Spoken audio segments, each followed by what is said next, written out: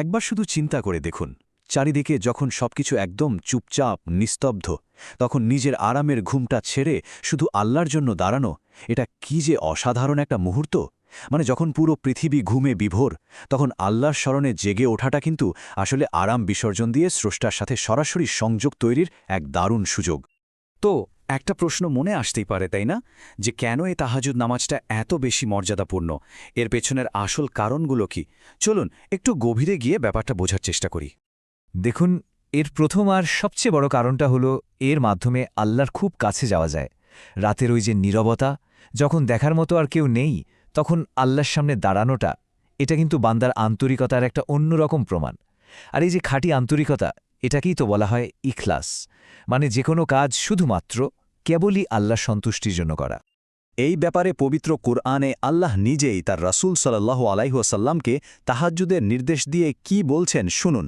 তিনি বলছেন, এর বিনিময়ে তিনি তাকে মাকামে মাহমুদ বা একটা প্রশংসিত স্থানে পৌঁছে দেবেন। চিন্তা করুন, এই যে প্রতিশ্রুতি, এটাই কিন্তু তাহাজ্জুদের সর্বোচ্চ মর্যাদার একটা জ্বলজ্জন্ত প্রমাণ। এই ছবিটা দেখুন, কি অসাধারণভাবে ওই গভীর আধ্যাত্মিক মুহূর্তটা ফুটে উঠেছে, তাই না? চারদিকে অন্ধকার, শুধু এক চিলতে আলো, ঠিক যেন পৃথিবীর সব কোলাহল থেমে গেছে, আর স্রষ্টা আর সৃষ্টির মধ্যে একটা আলোকময় সম্পর্ক তৈরি হয়েছে। ব্যাপারটা শুধু আল্লাহর কাছাকাছি যাওয়ার মধ্যে সীমাবদ্ধ না, তাহাজ্জুদ কিন্তু গুনাহ মাফ আর নিজেকে পরিশুদ্ধ করারও একটা দারুণ শক্তিশালী মাধ্যম। ওই সময়ে মন থেকে করা অনুতাপ আর ক্ষমা প্রার্থনা, এটা অন্তরকে একদম পরিষ্কার করে দেয়। আর দেখুন, মহানবী সাল্লাল্লাহু আলাইহি ওয়াসাল্লামের এই কথাটা কত সুন্দর। তিনি বলছেন যে তাহাজ্জুদ আসলে নতুন কোনো ইবাদত না, এটা আমাদের আগে যারা পুণ্যবান বা সালেহীন বান্দা ছিলেন তাদের একটা অভ্যাস, তাদের রেখে যাওয়া একটা উত্তরাধিকার। আর এই অভ্যাসটা আমাদেরও কিন্তু তাদের মতো হওয়ার একটা সুযোগ করে দেয়। আরেকটা দারুণ ব্যাপার কি জানেন? এই সময়টা হলো দোয়া কবুল হওয়ার একটা স্পেশাল টাইম। বিশেষ করে রাতের যে শেষ তৃতীয়াংশ, ওই সময় করা দোয়া বলা হয় তা সরাসরি আল্লাহর কাছে পৌঁছে যায়। সুবহানাল্লাহ! একবার ভাবুন, এই হাদিসটা আল্লাহর অসীম দয়ার কথা কেমনভাবে মনে করিয়ে দেয়। আল্লাহ নিজে, হ্যাঁ, তিনি নিজে তার বান্দাদের ডাকেন, তাদের কথা শোনার জন্য অপেক্ষা করেন। এর চেয়ে বড় সুযোগ আর কি হতে পারে বলুন? আচ্ছা, এবার একটা খুব কমন প্রশ্ন নিয়ে কথা বলা যাক। অনেকেই জানতে চান, তাহাজ্জুদ নামাজের বিধানটা আসলে কি? এটা কি সবার জন্যই বাধ্যতামূলক? চলুন এই বিষয়টা একটু পরিষ্কার করে জেনে নিই। তাহলে সহজ কথায় তাহাজ্জুদ কি?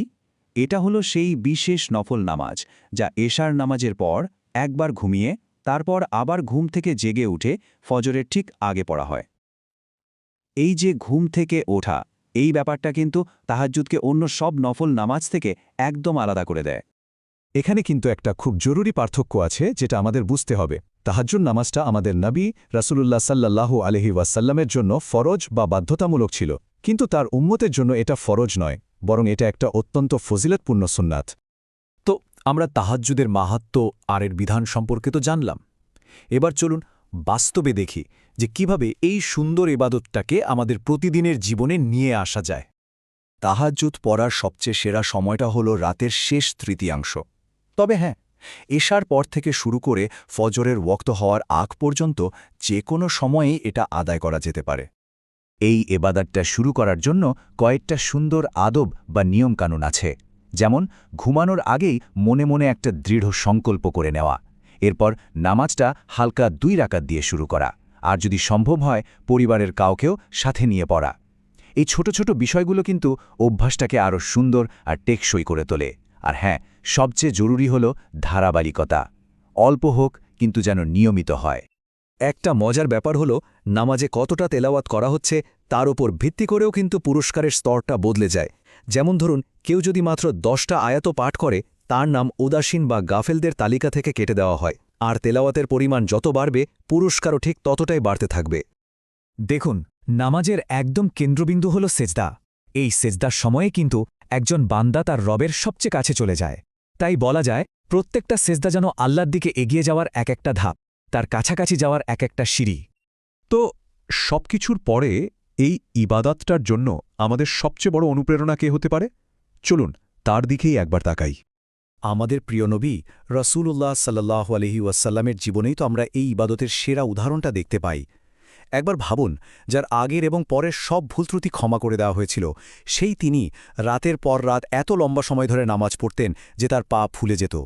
কৃতজ্ঞতার এর চেয়ে বড় নিদর্শন আর কি হতে পারে?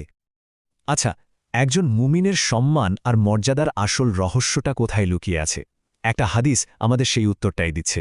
একজন বিশ্বাসীর সত্যিকারের মর্যাদা হল তার রাতের নামাজে, আর তার সম্মান হল মানুষের কাছে কোনো কিছুর জন্য মুখাপেক্ষী না হওয়া। তাহলে আজকের এই আলোচনার শেষে একটা প্রশ্ন কিন্তু থেকেই যায়। এই যে গভীর রাত, এর অসংখ্য মুহূর্তের মধ্যে কোন বিশেষ মুহূর্তটা শুধুমাত্র আল্লাহর জন্য বেছে নেওয়া যায়? এই সিদ্ধান্তটা কিন্তু আমাদের প্রত্যেকের নিজের, তাই না?